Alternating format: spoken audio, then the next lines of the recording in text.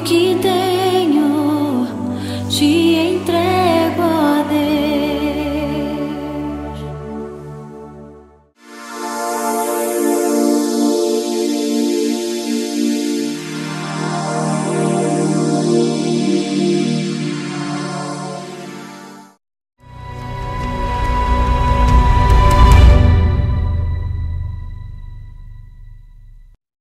Evangelho de Marcos, capítulo 1. Evangelho de Marcos, capítulo 1, vamos ler o versículo 16 até o verso de número 20. Vamos já para a palavra de Deus. Eu acho que alguém no louvor perdeu o relógio. Tem um reloginho aqui. Se você veio de relógio, perdeu o seu relógio, vou deixar aqui com o Ramon. E aí você pega aqui um reloginho de mulher, né? Evangelho de Marcos, capítulo 1, a partir do versículo 16. Achou aí? Dá glória a Deus. O Evangelho de Marcos é o menor dos evangelhos, e é interessante porque Marcos foi o primeiro evangelho a ser escrito. E apesar de Marcos não ter sido um dos 12 apóstolos, mas Marcos foi um discípulo de Jesus, e ele aparece um pouquinho em Atos dos Apóstolos, até numa situação bem interessante, porque Marcos, ele aparece para acompanhar Paulo em uma das viagens missionárias, mas Paulo tem uma desavença ali, acha que Marcos ainda é muito imaturo, e não leva Marcos, ele prefere levar Silas para sua viagem. E o Barnabé, que até então tinha discipulado o Saulo, né? O Barnabé que formou o apóstolo Paulo, ele foi para um outro lado e levou o Marcos. E o tempo passou, mais tarde Paulo vai escrever uma de suas cartas dizendo assim, ó: tragam-me Marcos, porque ele me é útil no ministério. Traz ele agora, porque eu preciso dele agora, né? Então, e Marcos, ele viveu isso, né, na companhia de Barnabé, viveu na companhia de Marcos, de Paulo, e ele fica preocupado em mostrar no seu livro, no evangelho que ele escreveu, como que o discípulo se relaciona com seu mestre. E ele mostra Jesus como servo, ele exalta a ideia de Cristo como servo, e aquele que chama para servir. Jesus nos chama para o seu serviço. Ele não se preocupa muito com o nascimento de Jesus. Você pode ver que no capítulo 1 ele já começa, princípio do evangelho de Jesus Cristo, Filho de Deus, já João Batista. Jesus já está aqui no batismo, já está grande, já está beirando 30 anos e começando seu ministério. Marcos, ele não se preocupa muito com esse início, porque ele está querendo focar essa ideia de discipulado, de caminhada de Jesus com os seus discípulos. Vamos ler o versículo 16, que diz assim: caminhando junto ao mar da Galileia, viu os irmãos Simão e André, que lançavam a rede ao mar, porque eram pescadores. Disse-lhes Jesus: vinde após mim, e eu vos farei pescadores de homens. Então eles deixaram imediatamente as redes e o seguiram.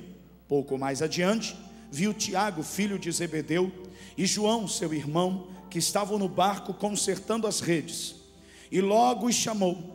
Deixando eles no barco seu pai Zebedeu com os empregados, seguiram após Jesus. Diga comigo: seguiram após Jesus. Eu gosto dessa ideia da escolha de Jesus, a escolha que Deus faz.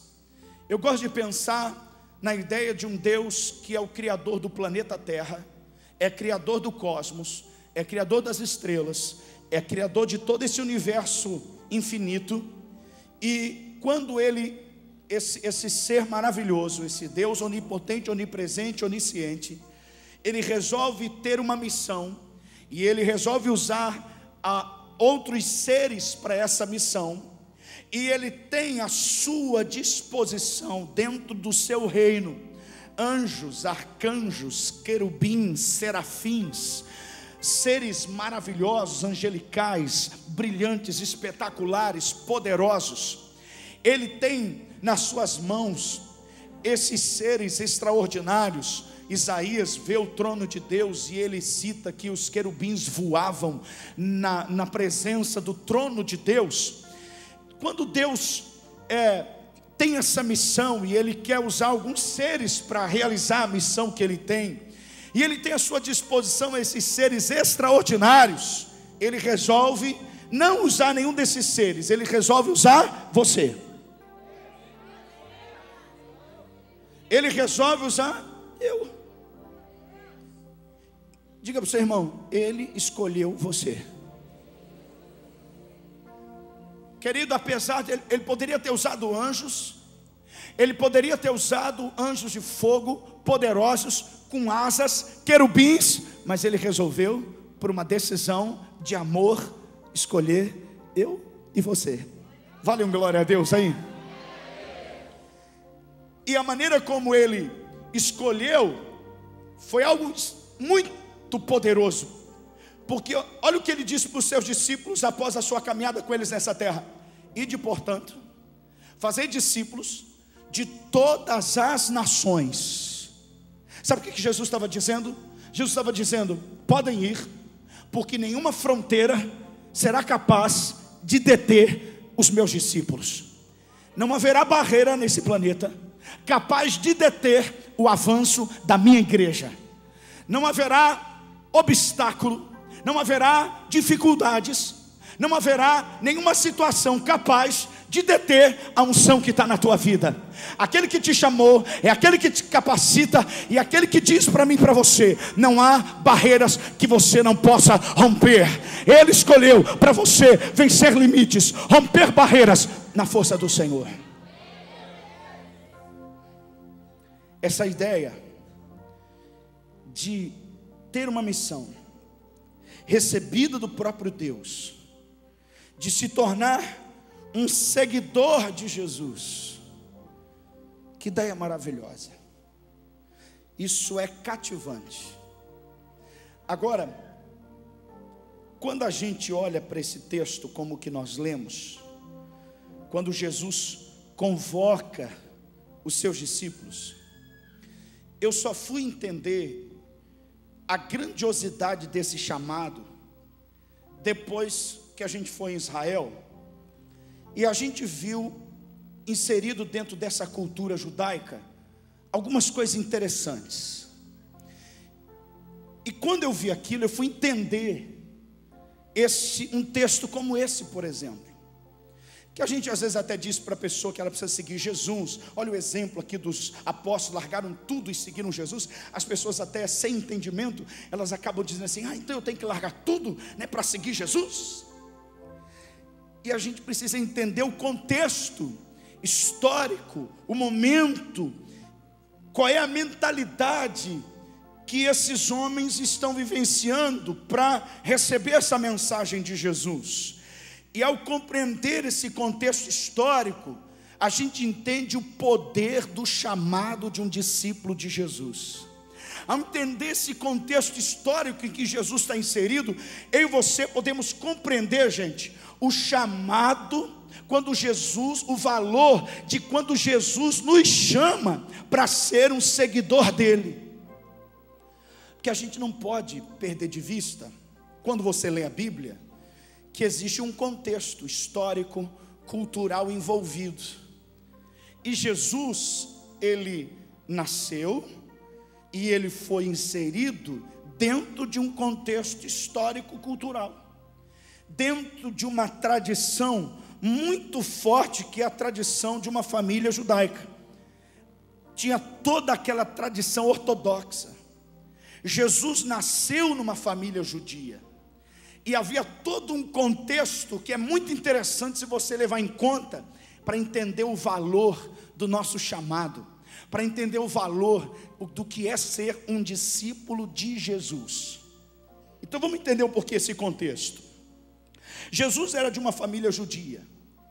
Toda a família judia, ele tinha o orgulho de passar para o filho, fosse uma família pobre, fosse uma família rica, dentro da tradição havia uma forte tendência de educar bem os filhos. Porque o sonho de todo pai e toda mãe do povo judeu era que o seu filho fosse um mestre um dia. O sonho de todo pai, de toda mãe do povo judeu era que o filho se tornasse um rabi, um mestre. Era o alvo maior, era o sonho de qualquer pai. Imagine você, pai, mãe, tendo um sonho para o seu filho. Eu conversei essa semana com uma irmã e ela disse: pastor, eu chamo meu filho de doutor, porque todo pai e toda mãe tem essa expectativa, né, do futuro do filho. Ele imagina o que o filho vai ser, né? Minha mãe dizia: meu filho, você vai ser um doutor, você vai estudar, vai fazer, né, a faculdade. E eu dizia: não, mãe, eu vou ser jogador de futebol. Eu queria ser jogador de futebol, e eu sonhava todo dia com isso. Eu dormia com a bola, acordava com a bola, ia para a escola com a bola, voltava da escola com a bola. Eu queria ser jogador. Eu queria um dia entrar no Maracanã com a camisa do Fluminense, camisa 10, fazer muitos gols e ser convocado para ir para a seleção brasileira. Aí a minha mãe dizia: que isso, é jogador do quê?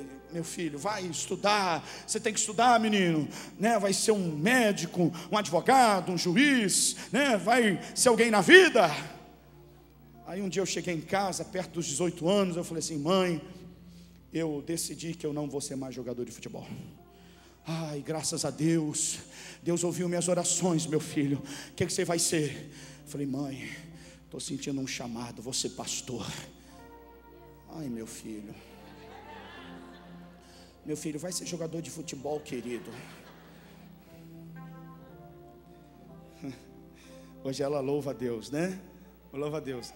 É que nós viemos de uma denominação muito tradicional, e os pastores eram muito maltratados, eram muito desrespeitados, né? Quanto mais São Francisco de Assis, melhor, né? Era aquela ideia de que pastor tinha que passar fome, né? De que pastor que era pastor tinha que passar necessidade, né? E aí era uma visão extremamente miserável, porque aí, né, tudo que tinha na igreja também era miserável, né? Quando os crentes pensavam em doar alguma coisa para a igreja: ah, o sofá está com o pé quebrado, dá para a igreja, né? Ah, eu tenho aqui um ventilador sem hélice, dá para a igreja, né? Então, aí aquilo que a gente planta, a gente colhe. Então imagina como a gente vivia, né? Graças a Deus a gente foi liberto dessa visão tacanha, pequena, né? Então você tem recebido uma visão, né, ousada, corajosa, de ir para frente, de ser usado por Deus, de conquistar essa terra. E a visão que nós encontramos na palavra de Deus. Então o sonho de todo pai judeu e toda mãe judia era que o seu filho fosse um rabi. Imagina o pai do Neymar agora com o filho no Barcelona. Era o desejo. Quando um filho viu seu pai se tornando um rabi, ele dizia para todo mundo: meu filho é um rabi. Alcancei o meu grande objetivo. Então eles educavam muito as crianças, porque até se tornar um rabi era um processo muito longo e muito difícil. Até os 6 anos a criança ficava com o pai e a mãe, e em casa o pai e a mãe já iam ensinando um pouco daquilo que eles haviam aprendido, porque eles também passaram um pouco por esse processo. Na época de Jesus, a educação formal começava aos 6 anos, aproximadamente aos 6 anos, e a base da educação era a Torá, ou seja, os 5 primeiros livros da Bíblia: Gênesis, Êxodo, Levítico, Número e Deuteronômio. Era a Torá. Então as crianças aprendiam a ler, a escrever com base na Torá, e eles ensinavam, eles inculcavam, porque essa é a ideia que Deus passa para Moisés, quando Deus fala assim: Moisés, digam para os pais inculcar na mente dos filhos a lei de Deus. A palavra inculcar, ela significa abrir a cabeça e colocar dentro. Então eles faziam de tudo para que a criança entendesse a palavra de Deus, igual você faz com o seu filho. Amém? eles já recebiam em casa essa mensagem muito forte. Aos 6 anos ele ia para a escola formal. A escola formal era na sinagoga, porque só na sinagoga existiam os rolos da Torá do Antigo Testamento. Havia os rolos completos, todo o texto da Torá só havia na sinagoga, até porque a imprensa nasceu 1400 anos depois. Então, na época de Jesus, só existiam os escritos sagrados na sinagoga. Então as crianças eram levadas na sinagoga para aprender a Torá. E nesse período, os rabinos então ministravam as aulas. E nessa primeira parte, havia um primeiro estágio, que era dos 6 até os 10 anos, chamado Bet Sefer, Casa do Livro. As aulas eram nas sinagogas locais, os rabinos ministravam essas aulas, e eles ensinavam as crianças, para que as crianças tivessem gosto pela palavra, para que as crianças se apaixonassem pela lei de Deus. E há escritos em que os rabinos, eles davam mel para as crianças, para que as crianças, ao saborearem o mel, eles diziam assim: você está sentindo o gosto desse mel? Assim é a palavra de Deus. A palavra de Deus é doce como mel. Nós precisamos da palavra de Deus, porque a palavra de Deus, ela é doce, ela é maravilhosa. Você tem que amar a palavra de Deus. Então a criança não só decorava a palavra de Deus, como ela tinha gosto pela palavra, porque nesse período a criança decorava. Dos 6, quando ela terminava esse primeiro estágio aos 10 anos, ela sabia decor os 5 primeiros livros da Bíblia.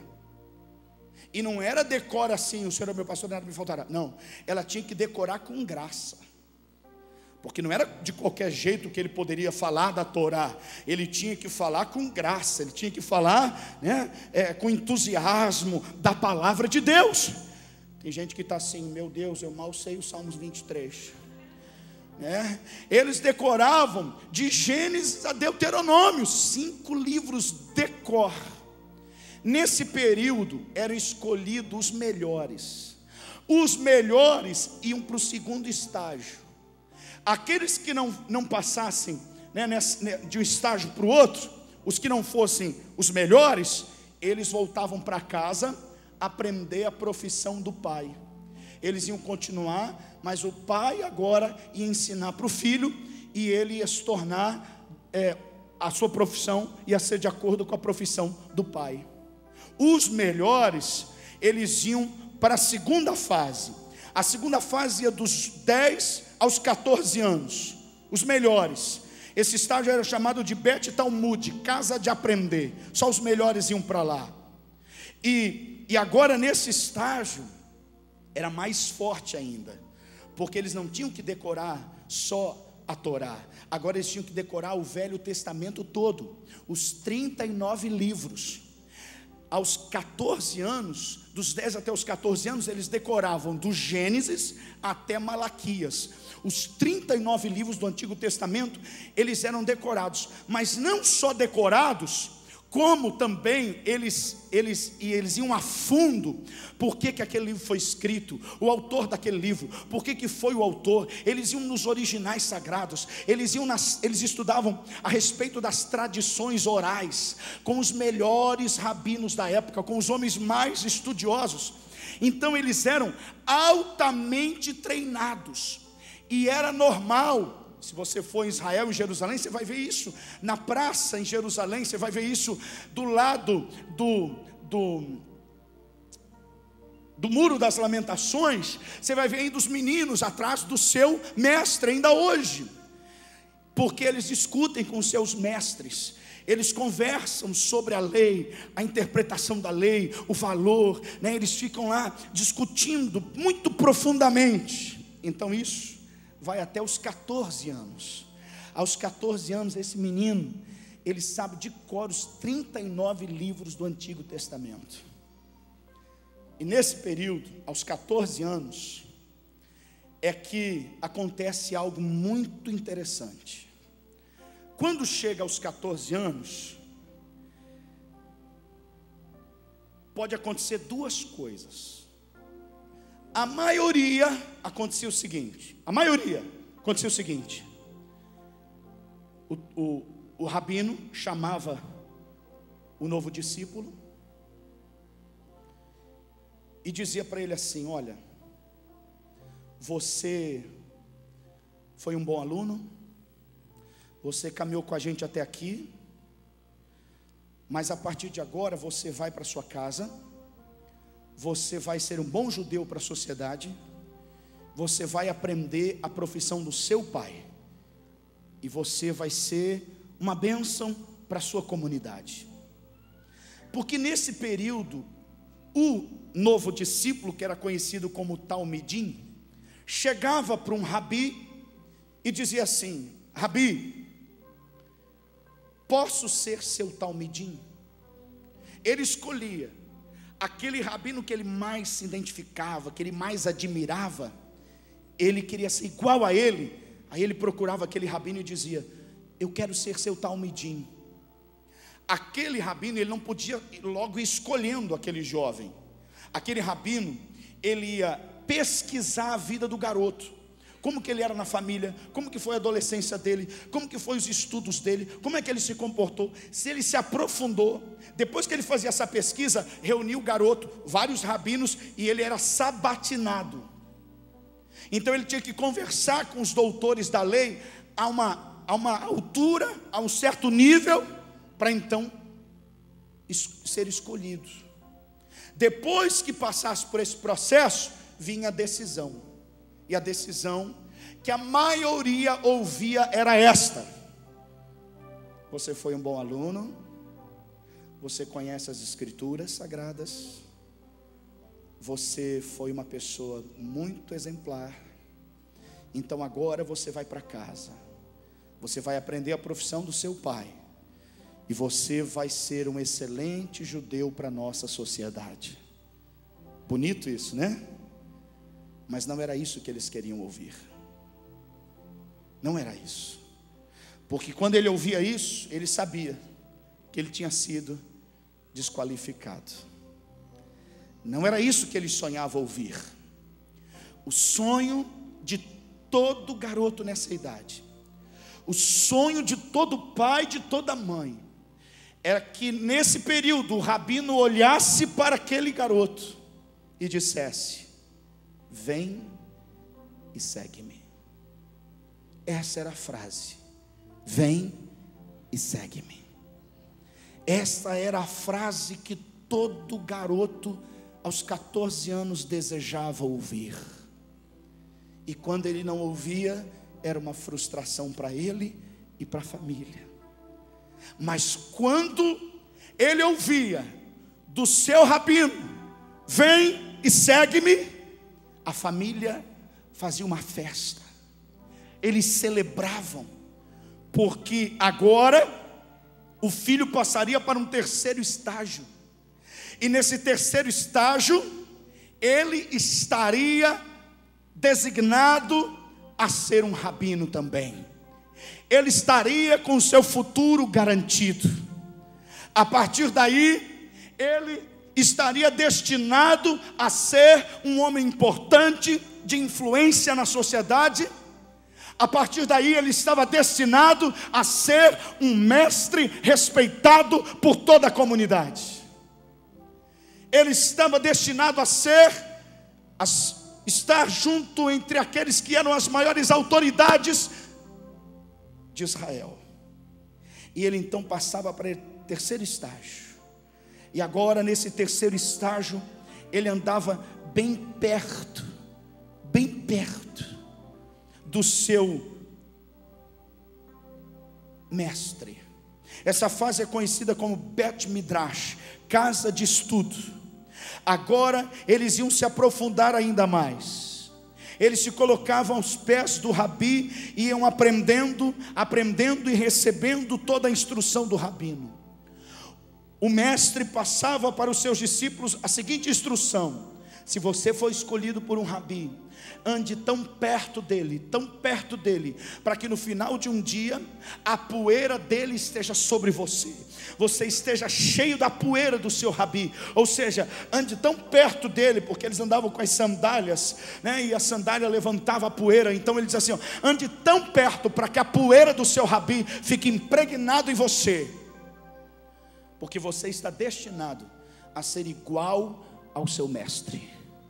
Um discípulo, um talmidim, ele sabia que se ele fosse escolhido para esse terceiro estágio, ele estava destinado a ser igual ao seu mestre. Então, tudo que o mestre fazia, ele fazia também. Tudo. Ele observava o mestre comendo, ele observava o mestre indo ao banheiro, ele observava o mestre se comportando na sociedade.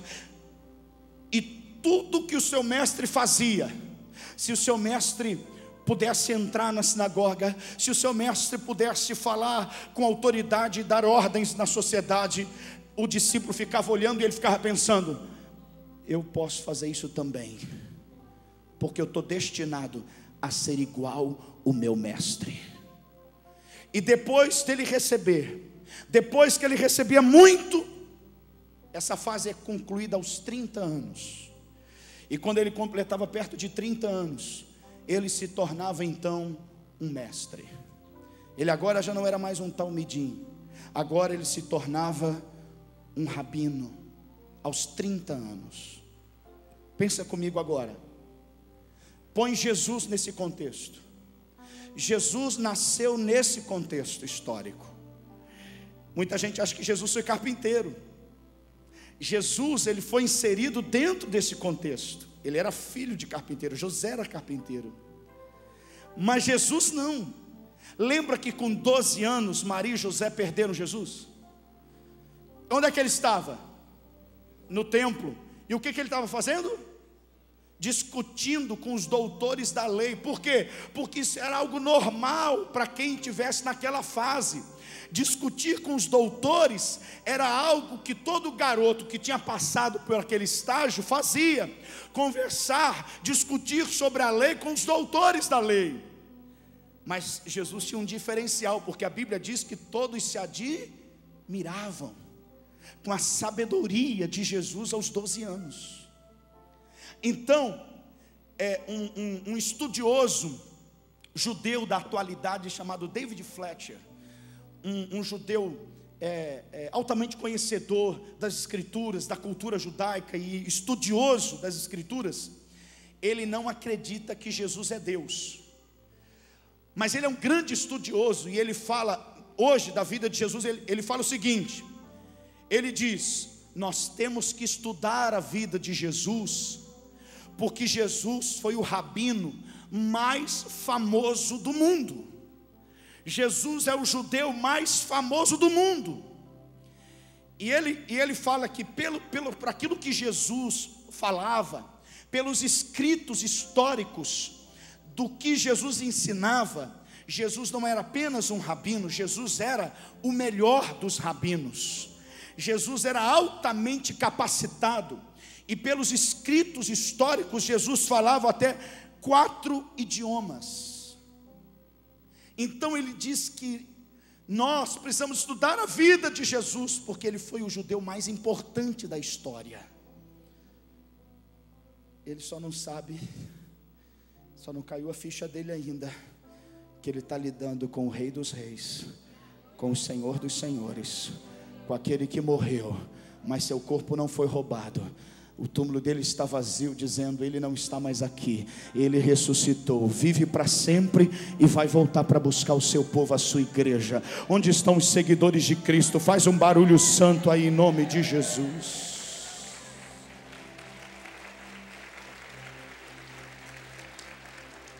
Agora, gente, olha o que acontece. Jesus está com que idade Jesus começa seu ministério? Com 30. Jesus começa com 30. Por quê? Porque ele já estava um rabino, ele já era mestre agora. Agora, todo mestre, agora ele tinha direito de ter os seus talmidins, ter os seus discípulos. Então Jesus, assim como todo mestre, saiu para chamar os seus discípulos.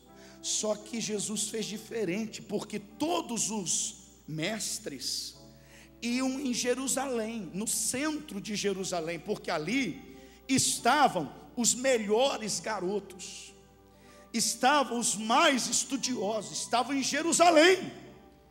Mas aonde que Jesus vai? Aí nós entramos no texto que a gente leu. Jesus vai lá para o mar da Galileia. Jesus sai do centro para ir lá na periferia. Jesus já quebrou paradigma aqui. Ele vai lá para o mar da Galileia.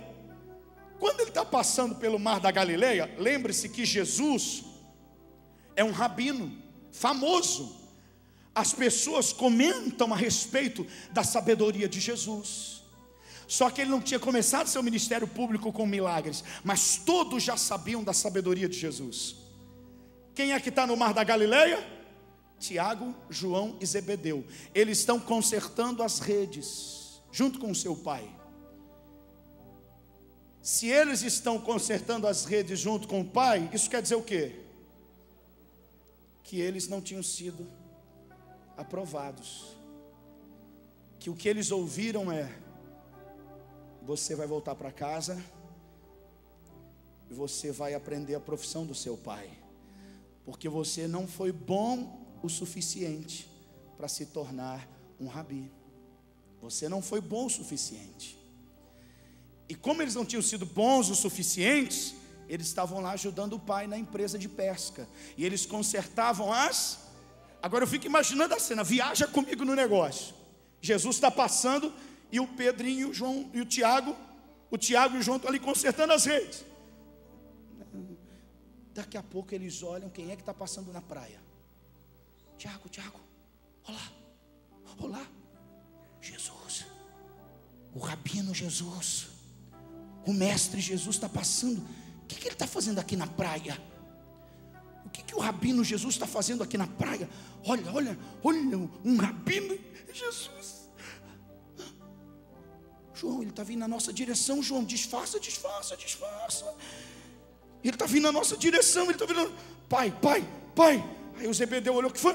Olha quem está vindo ali, quem está vindo ali. É Jesus. E ele está vindo na nossa direção. Disfarça. Ai meu Deus, ele está chegando perto. Ele vai falar com a gente, Tiago, ele está chamando a gente. Quando eles olham, Jesus diz a frase que eles sonhavam em ouvir.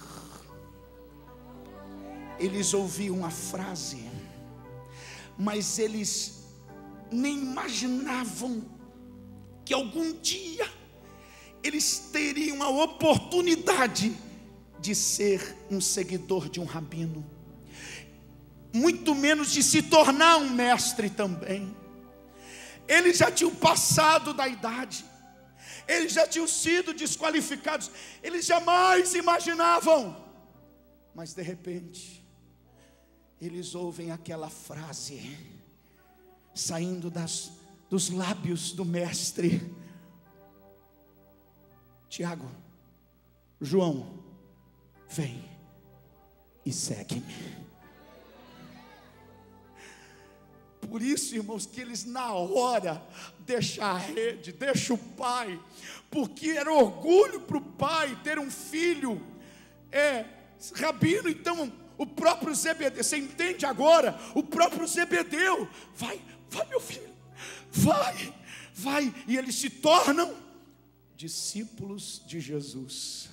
Aqueles que tinham sido desqualificados, assim como eu e você, a gente tinha sido desqualificado. Assim como eu e você, assim como eu não poderia estar falando nesse púlpito,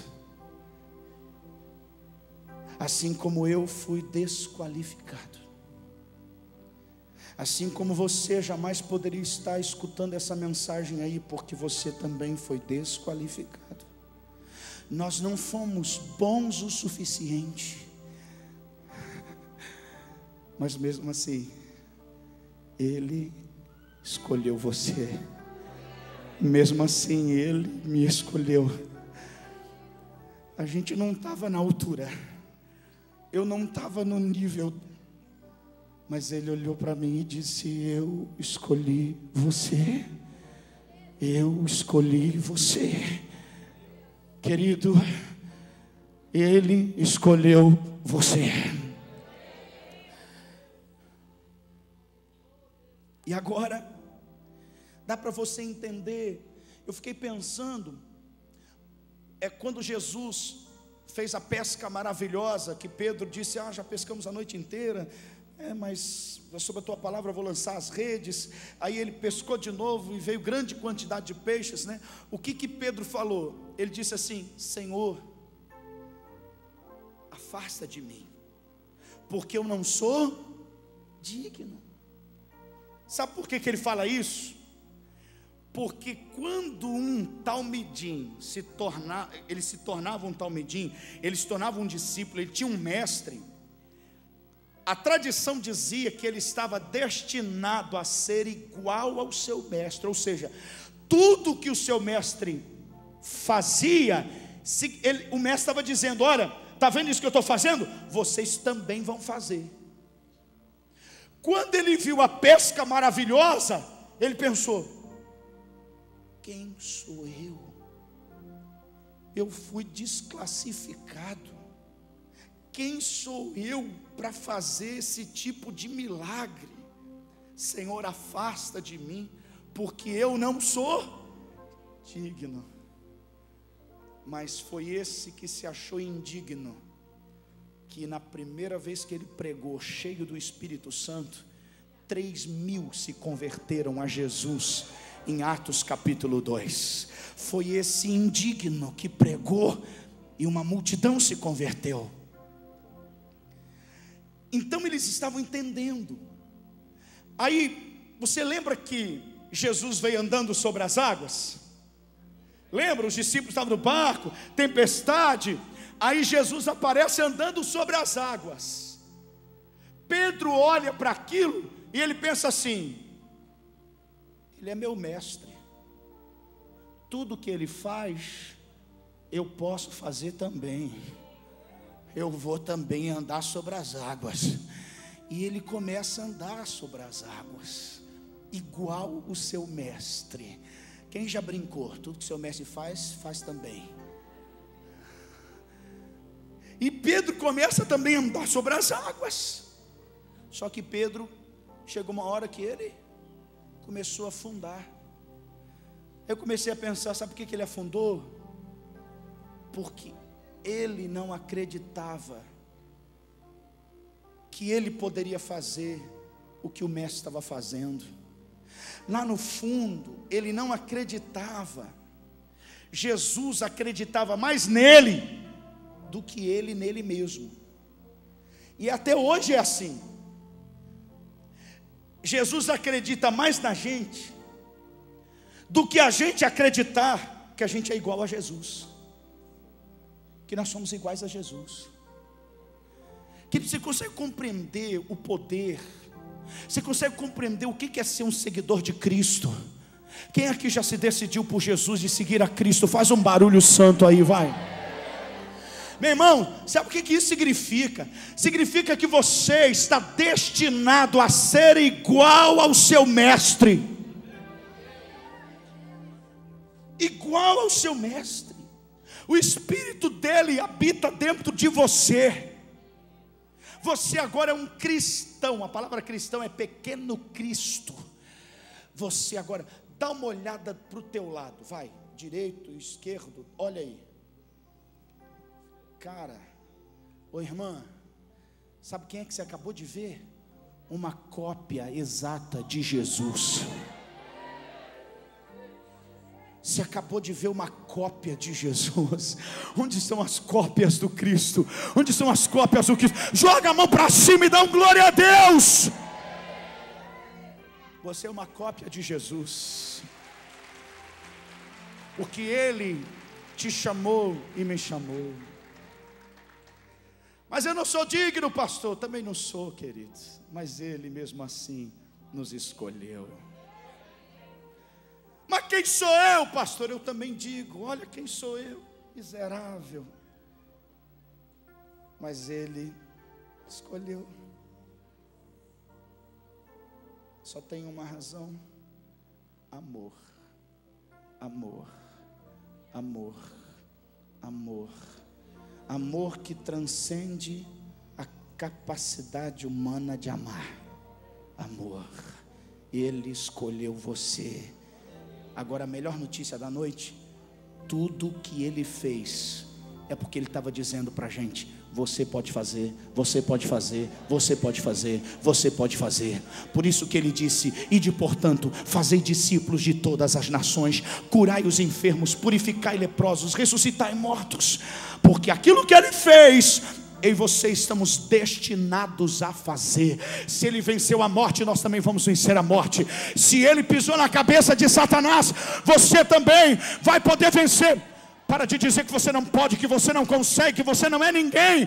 Ele escolheu você. Levanta essa cabeça. Nada nem ninguém pode te parar e pode te deter.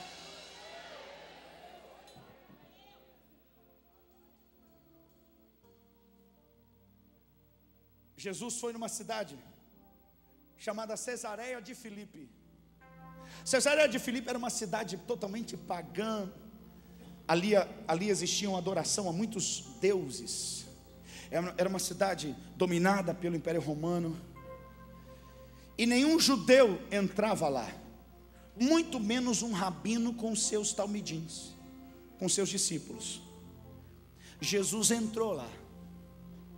Jesus entrou nessa cidade. Ele já quebrou uma fronteira. O que ele estava dizendo para os seus discípulos?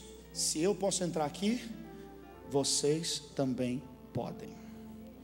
Porque os judeus não entravam lá porque eles achavam que eles se tornariam impuros. Eles não podiam entrar lá, porque era uma cidade pagã, adorava outros deuses. Jesus levou eles para lá, para dizer para eles: ei, não é essa cidade que vai contaminar vocês, é vocês que vão contagiar essa cidade. Meu irmão, não é o mundo que contamina a igreja, é a igreja que vai para cima do mundo. Não é o mundo que está entrando na igreja, é a igreja que está entrando no mundo. Jesus entrou em Cesareia, e lá em Cesareia havia um templo, o templo do Deus Pan. O Deus Pan era um Deus metade homem, metade bode. E eles eram adoradores desse Deus. Dentro desse templo havia um compartimento onde eles queimavam, eles sacrificavam animais ao seu Deus. E dizem que até havia sacrifício humano ali naquele lugar. Eles tinham uma crença de que quando eles queimavam os corpos ali, faziam os sacrifícios ao Deus Pan, por aquela porta, os espíritos, eles saíam daquele compartimento e iam para a cidade, dominar a cidade. E a porta desse compartimento era conhecida como Porta do Inferno. Escuta isso. É ali, na frente do templo do Deus Pan, feito de pedra, que Jesus fala assim, ó: Pedro, eu sou a pedra, e sobre esta pedra, Jesus está falando dele, porque ele é a pedra angular, edificarei a minha igreja. E vocês estão vendo os adoradores do Deus Pan? Vocês estão vendo essa porta do inferno, onde eles dizem que os espíritos vêm para dominar? Eu edificarei a minha igreja, e ela vai ser tão poderosa, tão ungida, tão cheia de poder, que nem as portas do inferno prevalecerão contra ela. E aqueles que hoje estão adorando o Deus Pan, um dia também se tornarão os meus adoradores, porque a igreja vai romper barreiras, porque a minha igreja vai conquistar a terra, porque a minha igreja vai avançar.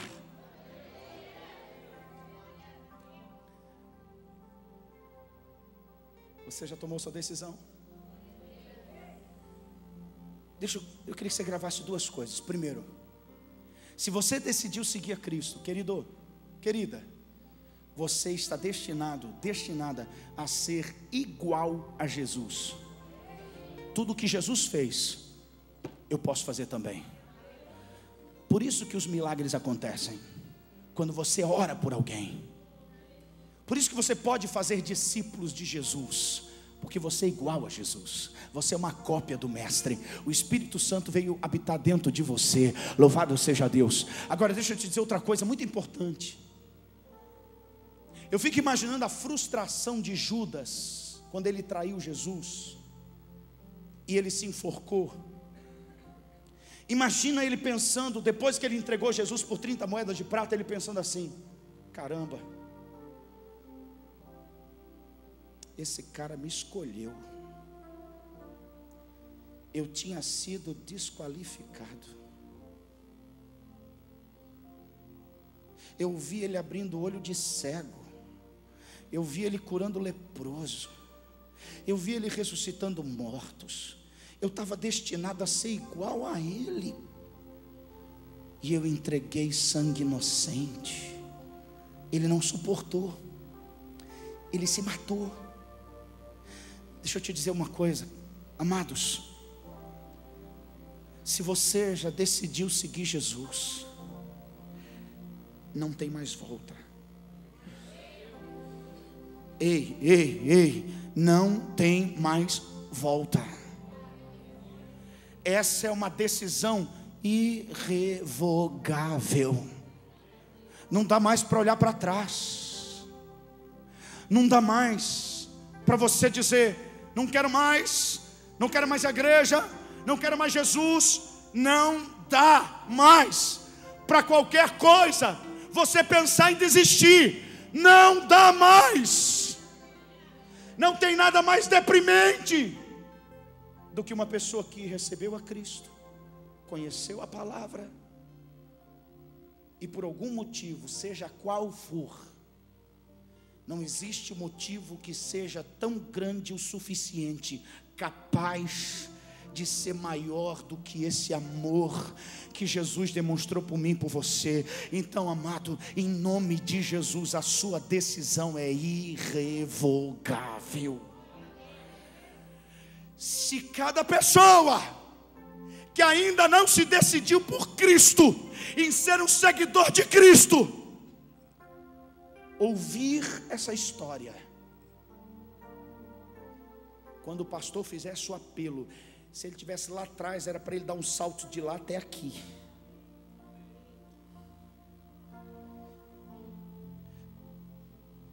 Porque essa é a razão do nosso viver. Eu vou fazer uma pergunta, ou melhor, eu vou fazer um convite para todos que estão aqui terem a oportunidade de se tornar um seguidor de Cristo, e para que todos nós tenhamos a oportunidade de hoje renovar a nossa decisão de seguir a Cristo. Jesus vai usar a minha voz para dizer a frase que todo judeu, que todo discípulo anseia em ouvir. Se você quiser, você vai se colocar de pé. Se você disser sim, eu quero ser um seguidor de Cristo. Não estou falando só para quem nunca fez isso, para mim e para você. Eu já estou de pé. Vem e segue-me. Vem e segue-me. Vem e segue-me. Aonde estão os adoradores do Cordeiro vivo, do Cordeiro de Deus? Onde estão as cópias de Jesus? Aplauda bem forte ao Rei, dê glórias a Ele. Oh, louvado seja o teu nome, Senhor. Levante as mãos, levante as mãos. E ao levantar as mãos, eu quero desafiar você a declarar, para que céus e terra ouçam, para que o mundo espiritual saiba da sua decisão. Declare o mais alto que você puder. Diga bem forte: eu já decidi Eu vou seguir a Cristo e minha decisão é irrevogável.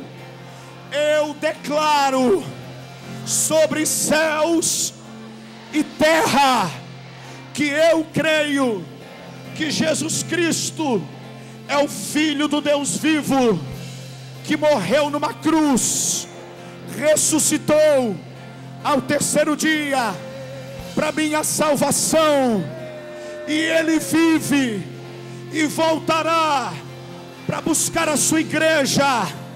Eu proclamo que Jesus Cristo é o meu mestre, é o meu Senhor, é o meu Salvador, e eu já decidi, seguirei a Cristo para sempre. Louvado seja Deus, glorifica. Eu não vou parar, a estrada é muito longa. Cante, cante, põe essa canção aí. Mesmo em meio às lutas, Continue firme,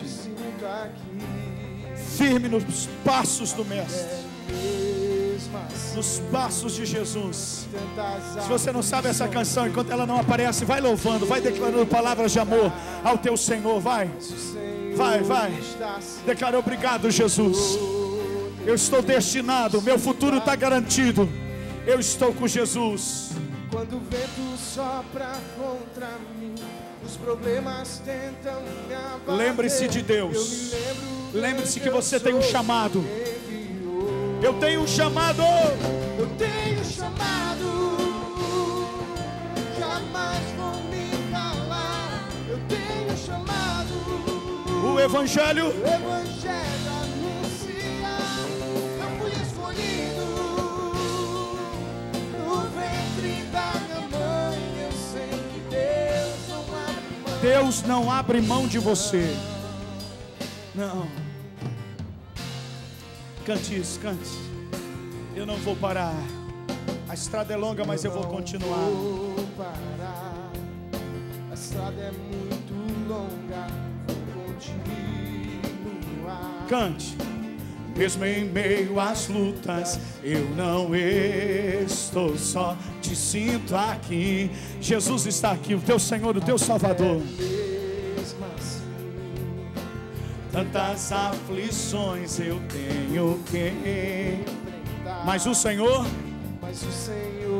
está sempre a me proteger. me sinto aqui. Quando o vento sopra, Quando o vento sopra sobre mim, os problemas tentam me abater. eu me lembro. Lembra que tem um Deus que cuida de você. Levanta a tua mão e diz: eu tenho um chamado. Tenho chamado. Jamais Jamais vou me calar. eu tenho um chamado. O Evangelho. O Evangelho anuncia. Eu fui escolhido. No ventre da minha mãe, eu sei que Deus não abre mão de mim, não. Deus não abre mão de você. Há muito pra fazer. Muitos. Não há mais tempo para olhar pra trás. Eu tenho chamado. Declare isso. Eu tenho chamado. o Evangelho. O Evangelho anuncia. Eu fui escolhido. No ventre da minha mãe, eu sei que Deus não abre mão de mim, não. Eu sei que Deus não abre mão de mim, não. Aleluia. Eu sei que Deus não abre mão de mim. Diga para 2, 3 pessoas: Ele não abre mão de você.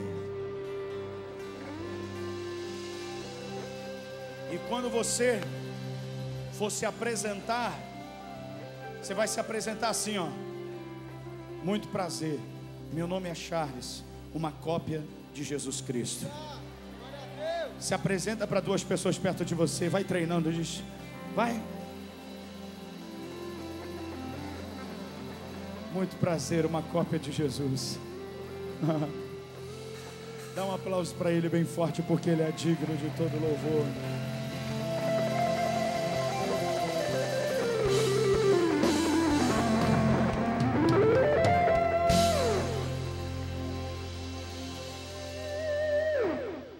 Quando você pensar que qualquer problema se levanta contra você, não esqueça, você tem um chamado. Ele escolheu você. Quando alguém te desqualificar, não fica triste não. Ele escolheu você. Aleluia. Ele olha pra gente e diz: eu escolhi você. Acabou, eu escolhi você. Não importa o que o diabo diga, não importa o que as pessoas digam, eu escolhi você. Senta um minutinho. Antes de nós encerrarmos, você debaixo dessa bênção, dessa unção, nós vamos adorar a Deus com as nossas ofertas. Os diáconos vão entregar os envelopes e você vai poder plantar uma semente agora de fé no reino de Deus. E uma das marcas de Jesus é a generosidade. Jesus se deu tanto que deu a própria vida por mim e por você. E nós ofertamos a Deus não só para suprir os desafios e as necessidades da igreja, mas como um ato de fé também, de gratidão, porque o que Ele nos deu foi maior do que qualquer oferta que possamos dar a Ele. Eu quero desafiar você a plantar uma semente hoje, em nome de Jesus. E muito mais, se Deus tem te abençoado e você puder fazer um sacrifício, o mês de julho sempre dá uma queda, férias e etc. Mas como na sua empresa, para quem tem empresa, tem coisa que todo mês está ali, né? Na igreja também, não tem jeito não, está todo mês ali. Então vou pedir